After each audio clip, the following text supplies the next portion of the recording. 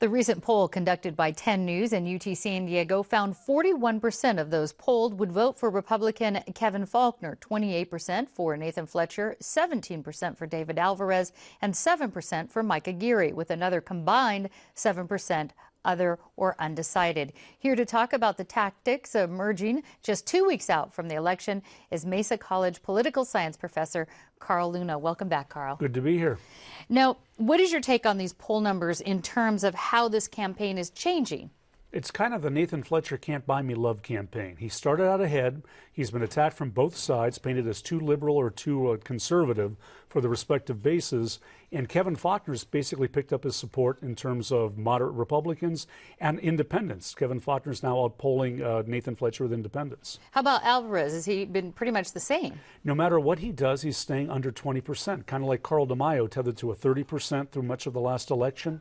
His real hope for Mr. Alvarez is that he can get a big Democratic turnout on election day to counter the fact he's behind in the polls. Now, many political observers are predicting a runoff, and I believe there's one scheduled for mid-February, around February 11th. Historically, who tends to benefit most from runoff elections? Well, runoff in an off year when you have limited attention, if it's near Valentine's Day and the rest that same week, it helps Republicans. It helps conservative, older voters, people who will vote by mail, and that's more and more people are doing it, but older voters do it more regularly, religiously.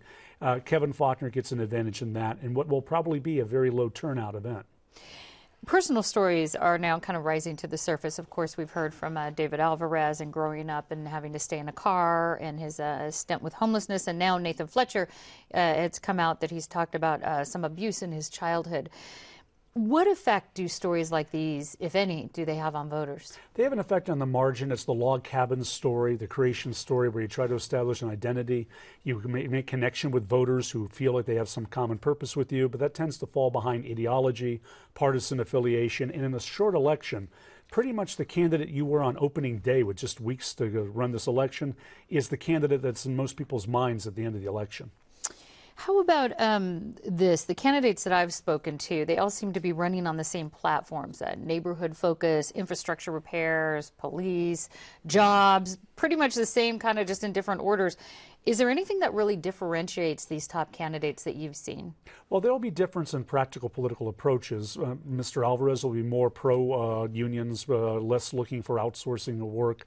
Mr. Faulconer's running on being a fiscal responsibly conservative. Nathan Fletcher positioning himself in the middle. The simple reality is whoever wins, it'll stay a 5-4 Democrat-controlled council. You still have fiscal constraints and realities.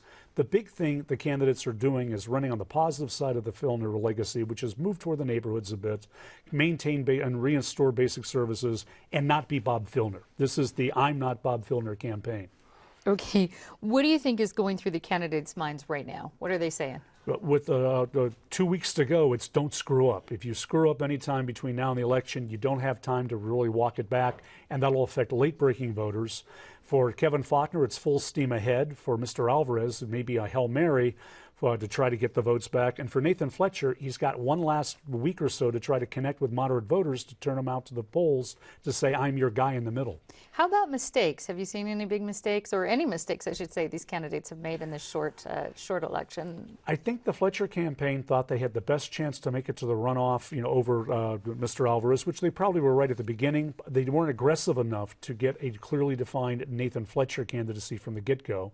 Kevin Faulconer's run a very straight down the road, kind of bland campaign. Meanwhile, the independent committees have done the bad cop work of painting basically Nathan Fletcher as the guy you don't want to vote for.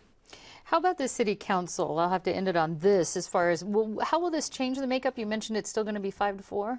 If Kevin Faulconer becomes the acting mayor, or becomes the mayor, probably, as I read the charter, you'll appoint somebody to his seat until the 2014 election cycle. That his seat possibly could swing in 2014. Mr. Alvarez's seat's going to stay solidly Democrat. All right, political science professor Carl Luna, thanks so much. Thank you.